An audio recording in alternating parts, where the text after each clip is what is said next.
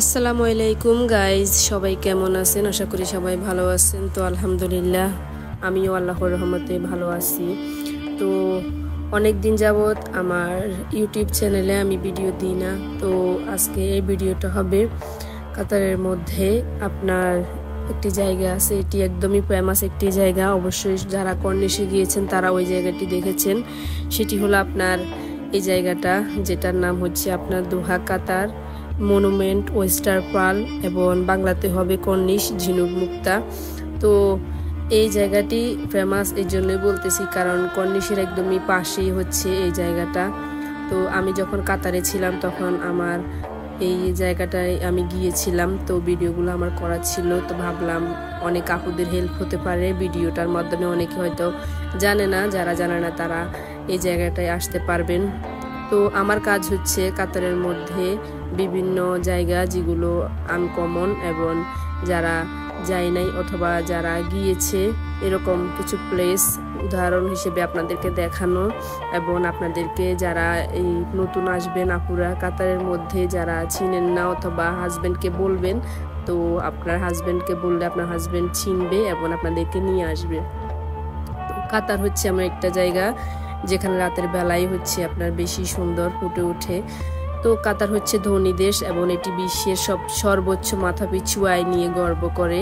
এই দেশটি ছোট উপসাগরীয় দেশটি তার সমুদ্র পথের শিকড় ভুলে যায়নি, এবং 1939 সালে তেল আবিষ্কারের আগে মুক্তা ছিল কাতারের অন্যতম প্রধান রাজস্ব ধারা। যে আপনারা মুক্তাটি দেখলেন এটাই হচ্ছে তাদের প্রধান রাজস্ব ধারা। এটি শুধুমাত্র একটি জুয়াই নয়, প্রায় আপনার 10,000 ঝিনুকের মধ্যে একটিতে একটি মুক্তা থাকে। এটি অত্যন্ত বিপজ্জনক ছিল, কারণ শরীরের উপর টোল ডাইভিং নেওয়া হয়েছিল এবং কাছাকাছি থাকা ব্যারাকুডা, সামুদ্রিক সাপ এবং হাঙ্গরগুলির ক্রমাগত হুমকির সাথেও মিলিত হয়েছিল। মুক্তার তাৎপর্য আজও কাতার জুড়ে সম্মানিত। দোহাতে একটি বিশাল ফার্ল মনুমেন্ট রয়েছে, যেটি হচ্ছে এই স্থানটি দ্য ফার্ল নামে একটি বিলাস আপনার বহুল কৃত্রিম দ্বীপটি দেশের অন্যতম প্রধান মুক্তা ডাইভিং সাইটে তৈরি করা হয়েছিল, এবং বার্ষিক কাতার মেরিন ফেস্টিভ্যাল মুক্তার পদ্ধতির পাশাপাশি এর ইতিহাসও প্রদর্শন করে। এবং কর্নিশে স্ট্রিটে অবস্থিত দো হারবারে প্রবেশের ঠিক আগে ফার্ল মনুমেন্ট দাঁড়িয়ে আছে। এটি হচ্ছে সেই ফার্ল মনুমেন্ট। ফোয়ারা ভাস্কর্যটি একটি বিশাল খোলা ঝিনুকের মুখের মধ্যে একটি বিশাল মুক্তা উপস্থাপন করে। এটি ফোয়ারা যা রাতে আলোকিত হয়। কাতারের মুক্তাময় ইতিহাসের প্রতি শ্রদ্ধা জানানোর সময় একটি আদর্শ ছবির সুযোগ দেয় এই জায়গাটি। আপনারা এখানে আসলে ছবি তুলতে পারবেন, অনেক সুন্দর সময় আপনারা কাটাতে পারবেন। পার্ল ড্রাইভিং ছিল একটি মৌসুমী কার্যকলাপ এবং পেশা, যা প্রতি বছর জুন থেকে সেপ্টেম্বরের মধ্যে সংগঠিত হয়।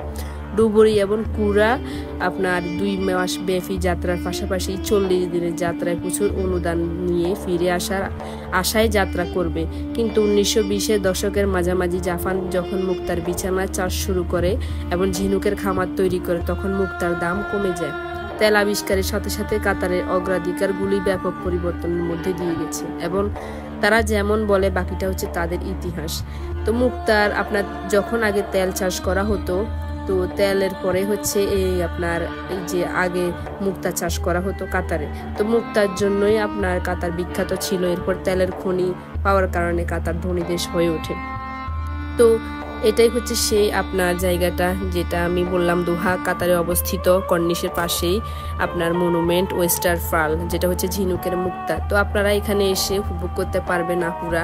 এই জায়গাটি অনেক সুন্দর এবং আপনারা রাতে আসলে আলোকিত হয়ে উঠবে এই আপনার জায়গাটি। তো যখন আপনারা দিনে আসবেন তখন এই জায়গাটা আলোকিত থাকবে না, তো রাতে আসলেই বেস্ট আপনাদের জন্য।